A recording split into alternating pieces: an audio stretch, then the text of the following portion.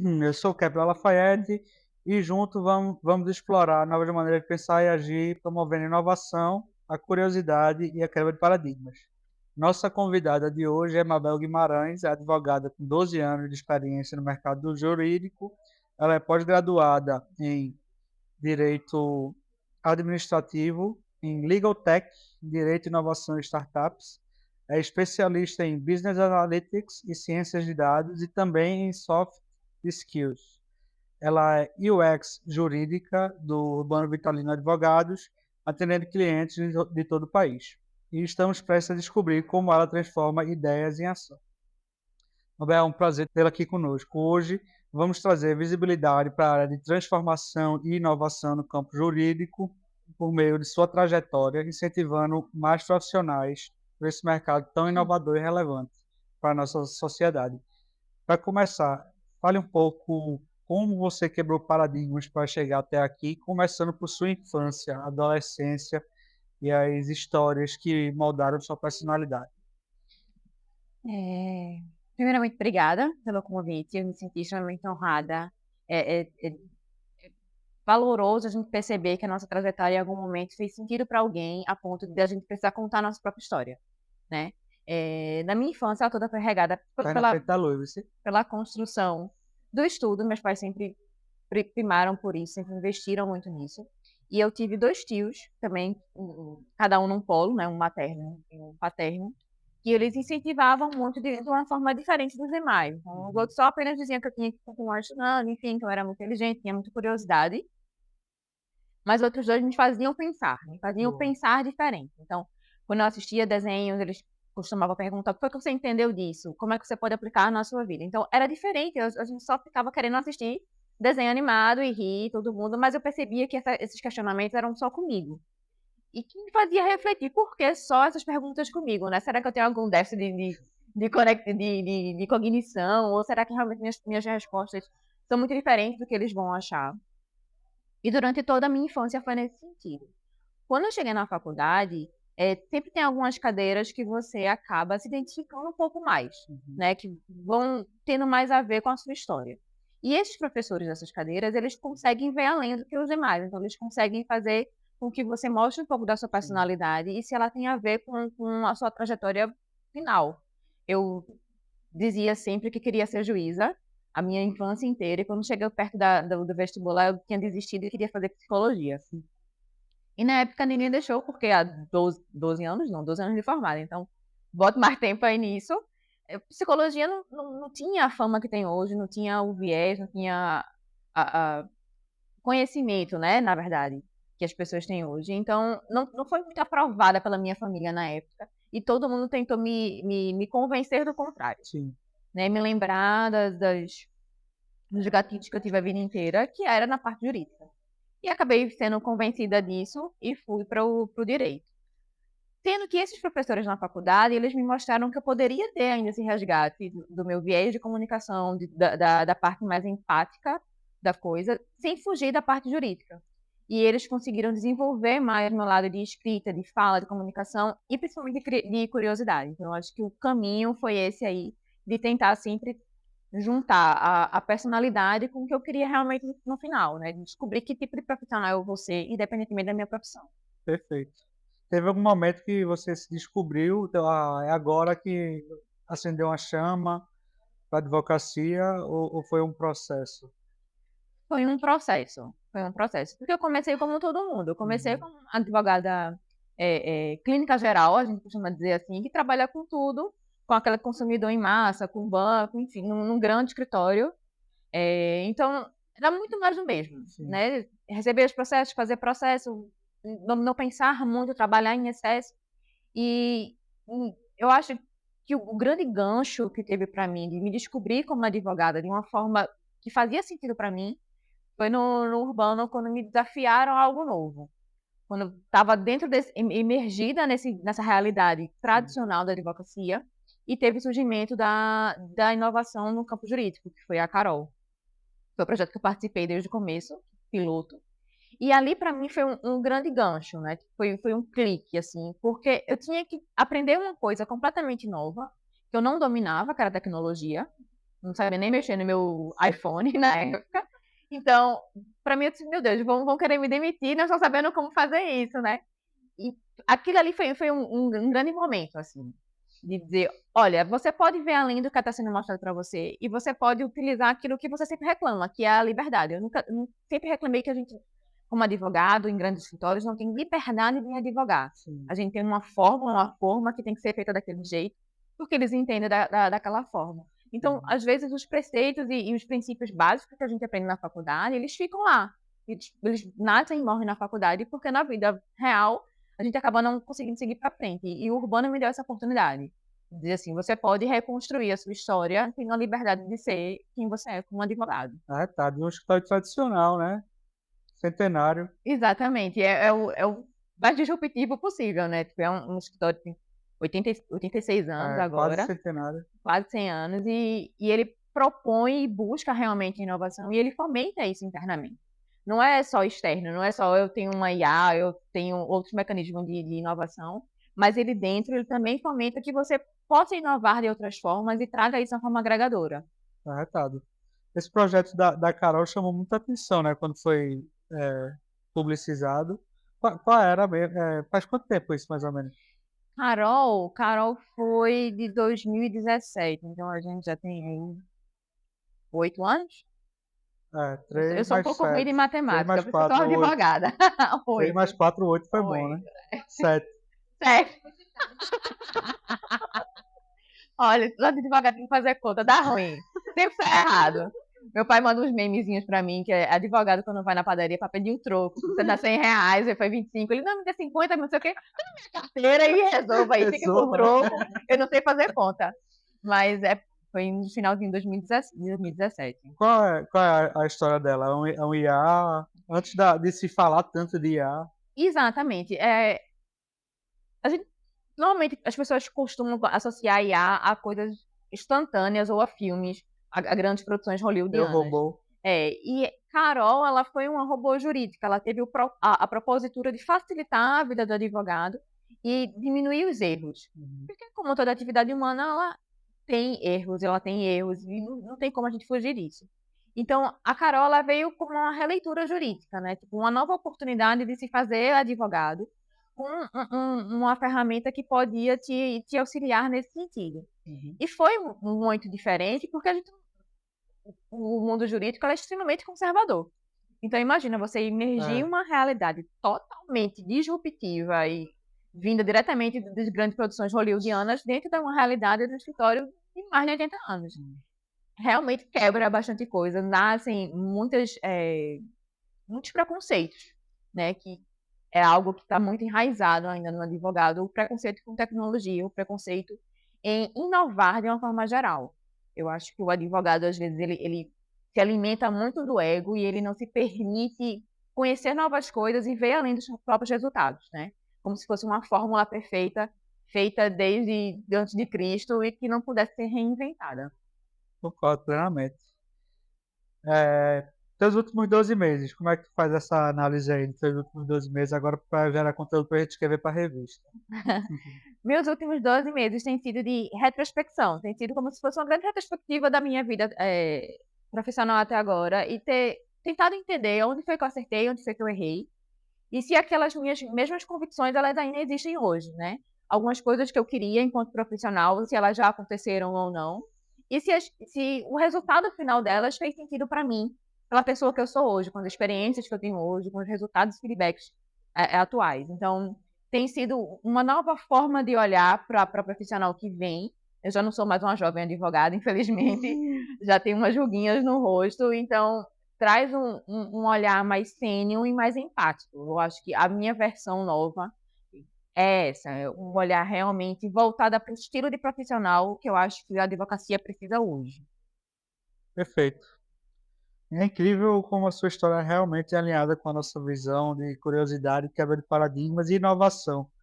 Aqui a gente acredita que histórias como a sua são combustível para novas formas de saber que está aqui. Meio Lost, né? Eu não faço isso. Abre os escotilhos, gente, qual é a senha? Gostei disso, Kevin. Eu não sabia que dava tique no final. Meio Lost, eu gostei. Ficou legal. E assim encerramos o primeiro bloco.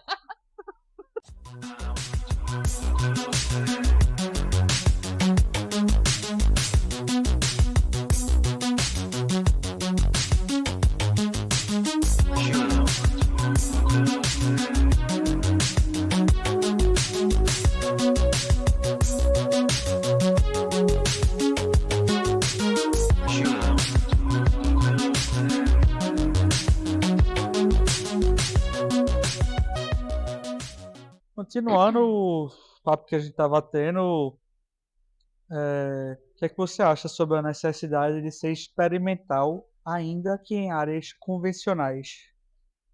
Eu acho essencial.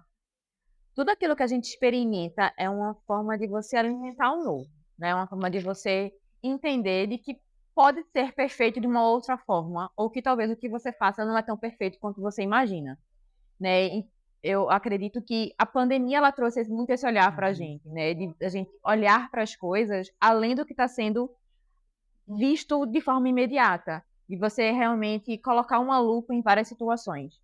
E acredito que ser experimental é isso, é você colocar uma lupa em situações que você já conhece e tentar ver aquilo que está além do seu alcance inicial. É fundamental. Mas, eu vi uma notícia ultimamente que saiu um levantamento de uma empresa destacando 28 profissões emergentes que vão surgir ainda, que estão surgindo. Você tem a dizer o que sobre... Eu tenho a dizer que a primeira foi a que eu criei hoje, né? Para mim mesma, de UX jurídica. Então, tenho certeza que agora só falta 27.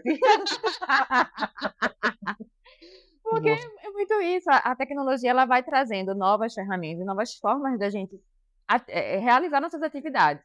Então, talvez a gente precise realmente renomear algumas profissões, porque elas já não são mais exercidas da forma que a gente conhece.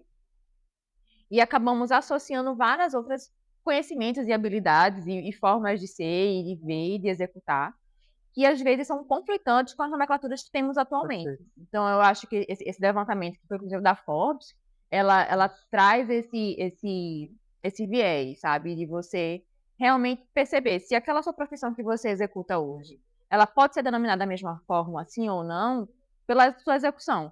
Se você é realmente um advogado, como era 10 anos atrás, você continua sendo um advogado. Mas se você associa a ela outras habilidades, ou forma de ser, ou forma de executar, ou até visão de prospecção da sua própria profissão, eu acho que ela muda o nome.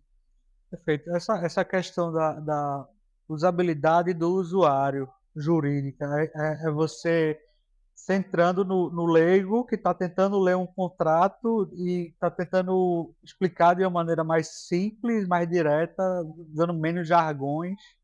Essa é a ideia por trás dessa É nomenclatura. isso. Na verdade, é lembrar do advogado do porquê a gente advoga. Uhum. Eu acho que com o tempo, o direito ele virou um grande negócio. Sim, As pessoas olham apenas para cifras, números, como é que está entrando, como é que não está entrando, principalmente os grandes escritórios. sim. Isso a nível mundial, tá? E por muitas situações se esquece do propósito final. O propósito final de que lá atrás, quando eu tinha 18 anos, quis ser advogada, não era por causa para ganhar muito dinheiro. Óbvio que tem uma grande influência. Mas no final das contas, é de você ajudar as pessoas. E lembrar que o direito é feito para todo mundo. E sempre tem essa grande interrogação: se o direito é feito para todo mundo, por que todo mundo não entende? Né? Porque sempre precisa de alguém para Isso é. traduzir aquilo que você está falando e que você tem que confiar plenamente. Então, por mais que você seja um leigo para ler um contrato, você vai buscar um advogado, então você tem que confiar plenamente no que ele está lhe dizendo. E advogado, como qualquer outra profissão, são pessoas que podem ser confiáveis e podem não ser tão confiáveis assim. E tem muitas situações que vão além. Eu gosto de trazer o caso, por exemplo, do Luva de Pedreiro, que ficou muito conhecido, acho que há 2 anos atrás, que ele precisou reincidir um contrato e teve uma multa multimilionária para o empresário dele porque ele não sabia ler, ele era analfabeto funcional. Então, se aquele documento tivesse sido feito exclusivamente para aquele usuário, né, para aquele usuário final, será que a gente teria uma demanda tão exorbitante no judiciário desse jeito? A gente teria tantos casos e situações conflitantes. Será que o direito não seria mais fácil, tão mais descomplicado? Então, a ideia final por trás de ser um UX jurídica é justamente isso, é de você perceber e olhar para a peça como pessoas, como era lá atrás. E, trago muito uma ideia de Dick o Açougueiro, de um livro de Shakespeare, que é Henrique IV. E lá atrás tinha muitas as inquisições. E em um momento o juiz disse que não ia mais querer ter advogados para dizer, para defender ou acusar os, os acusados na época, porque ele ia entender que ia colocar ali em cima e ele ia mesmo decidir. E nesse livro do Henrique IV, Dick, que era um açougueiro, disse assim: nossa, então os advogados não vão mais existir. Isso é um livro de 1730 e bolinha, e nós estamos aqui hoje, advogando, cada um à sua forma, e temos um novo juiz na nossa vida que está querendo eliminar, segundo o consenso geral, que é a IA. Né? E eu acho que a forma como você vai encarar e vai reivindicar isso faz sentido se você vai continuar existindo ou não a partir de agora. Perfeito. E aí você vê que é possível, né, inovar nas coisas mais triviais, ou mais ou menos, independente seja mais ou menos importante, mas é a coisa mais trivial, né? E tem muito pouca, existem poucas pessoas no mercado hoje em dia que têm essa preocupação de se preocupar na usabilidade do cara lá que vai ler o contrato e vai assinar, né? Sem precisar de outra pessoa para Virou uma interpretar. grande indústria, né? Então, quando você olha além da indústria, olha que o resultado pode fazer com que você ganhe tanto É. dinheiro assim, de uma forma mais tradicional, faz mais sentido. E é diferente, porque as pessoas, como eu falei lá atrás, têm um ego. Então, o advogado gosta de falar difícil, de ser difícil para que você tenha valor. Nossa, meu advogado é ótimo, ele fala, eu não entendo nada, mas ele é ótimo. Então, será que se ele falando mais simples, que você entenda, se sinta parte daquele processo, ele também não vai ser ótimo? Vai. Né? Melhor ainda, né? Eu acho que o ponto é esse. Quais habilidades ou mentalidades são essenciais para os profissionais se manterem relevantes no mercado? Open mind, criatividade, e você entender que quem sabe só direito não sabe mais nada. Você precisa ter outras habilidades, precisa ter outros caminhos, outras válvulas de escape e associar outras áreas de conhecimento com o direito. Ser realmente multi e interdisciplinar. Então, ter um pouco de administração, um pouco de medicina às vezes, um pouquinho de física, trazer de forma análoga algumas situações que vão fazer de você um profissional diferente. Porque Dá, precisa ser diferente. dá para misturar física com direito? Eu misturo. Se dá certo, eu não sei. É tipo um bolo, né? Tem gente que gosta do bolo final e tem gente que não gosta, prefere fazer dieta. Eu gosto. O surgimento de novas profissões impulsionadas por tecnologias como IA e análise de dados, quais são os principais desafios que profissionais de áreas convencionais enfrentam para se adaptar? A resistência, ela reside no medo. No medo de aprender algo novo, no medo de... E ela se desenvolve de várias outras formas. Vira uma grande bola de neve, né? Regida exclusivamente pelo medo. De dizer assim, por que eu tenho que começar agora a analisar dados para fazer o que eu sempre fiz? Porque talvez o que você sempre fez precisou mudar. Em algum momento, a gente usava um telefone de escada, a gente usava orelhão, hoje a gente não usa mais. A gente usava bonde, a gente não usa mais bonde hoje, né? Eram carroças a cavalo, e hoje todo mundo no seu carro, enfim. O mundo ele precisa mudar, a sociedade muda, as necessidades também se transformam. E é mais nesse caminho, nesse sentido, de você precisa se adaptar ao que a sociedade precisa no momento.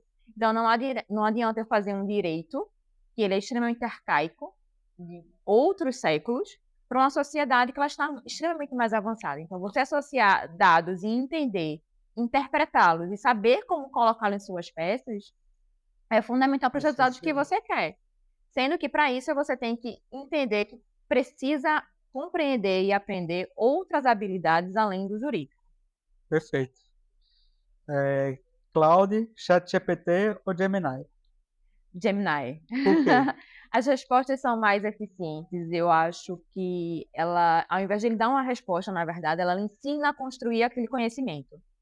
Então, para mim, que não sou de uma época assim tão jovem, eu gosto de entender por que fazemos as coisas que fazemos para que elas tenham sentido. Não gosto de respostas prontas. Prefiro aprender a pescar do que ter o peixe pronto na minha mesa. E o Gemini, para mim, pelo menos da forma como eu uso, ele traz essa usabilidade. Então, eu não perco a meu poder cognitivo utilizando a IA, usando o Gemini. Eu já acho que, por exemplo, o ChatGPT tem essa Direto, né? resposta... Seco. Você quer isso, tome. Então, ele não desenvolve essa linha de pensamento. Então, em algum momento, eu vou ficar extremamente dependente daquilo. Então, se um dia acontecer uma grande boom, revolução, que era para ter lá nos anos 2000, que nenhuma mais tecnologia ia funcionar, eu também não funciono mais, porque eu sou extremamente dependente da tecnologia. Verdade. Eu gostava quando apitava. É só apitar. É isso. Obrigado pelas suas contribuições aí no nosso segundo bloco.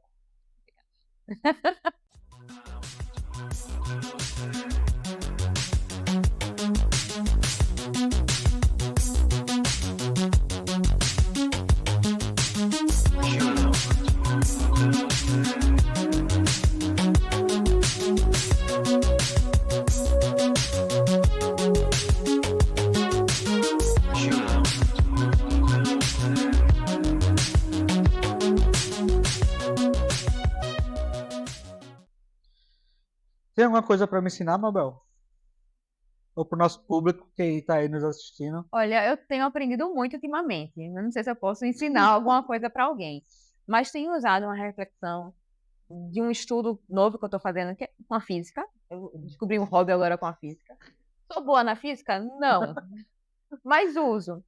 Que aí eu trago um pensamento como reflexão justamente para a área que eu desenvolvo e atuo, que é de ser inovadora, de ser curiosa, de ser experimental. Que é de um experimento de um teórico chamado Edward Schrödinger, um físico teórico Alemão? não austríaco, que ele quis provar que a forma como os físicos estavam pensando sobre a matéria escura estava errada. Quanto à superposição quântica. Tá? Aquela que não existe?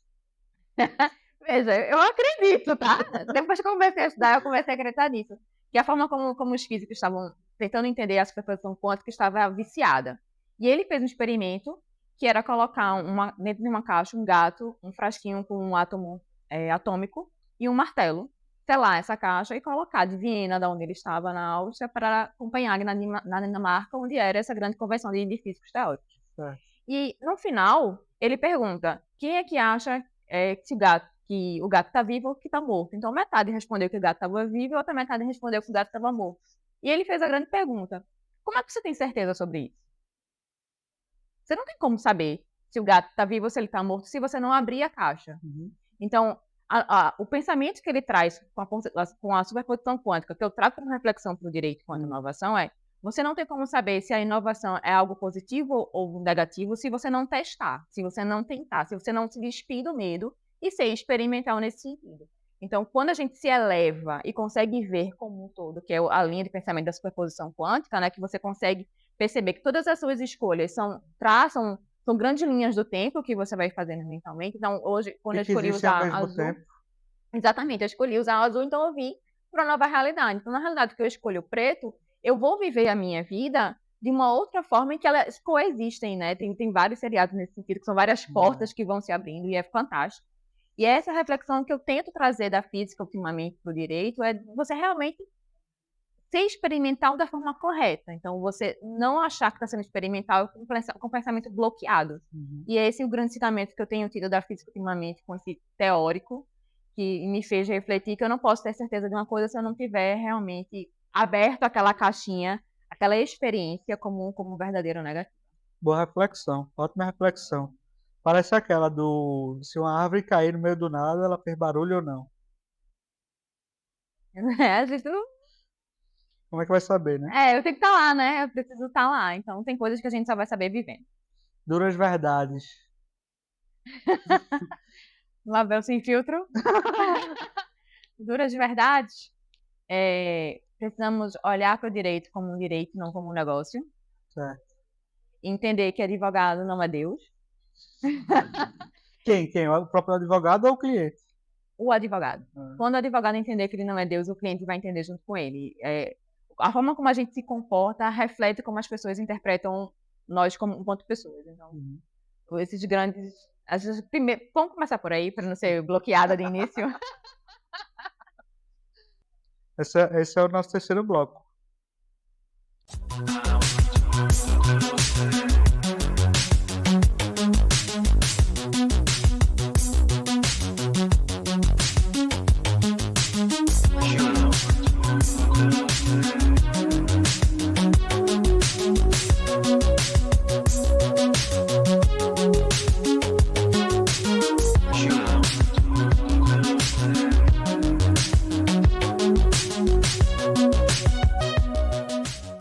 avanço constante da tecnologia, quais paradigmas você identificou que precisavam ser quebrados para que novas soluções fossem adotadas ou desenvolvidas?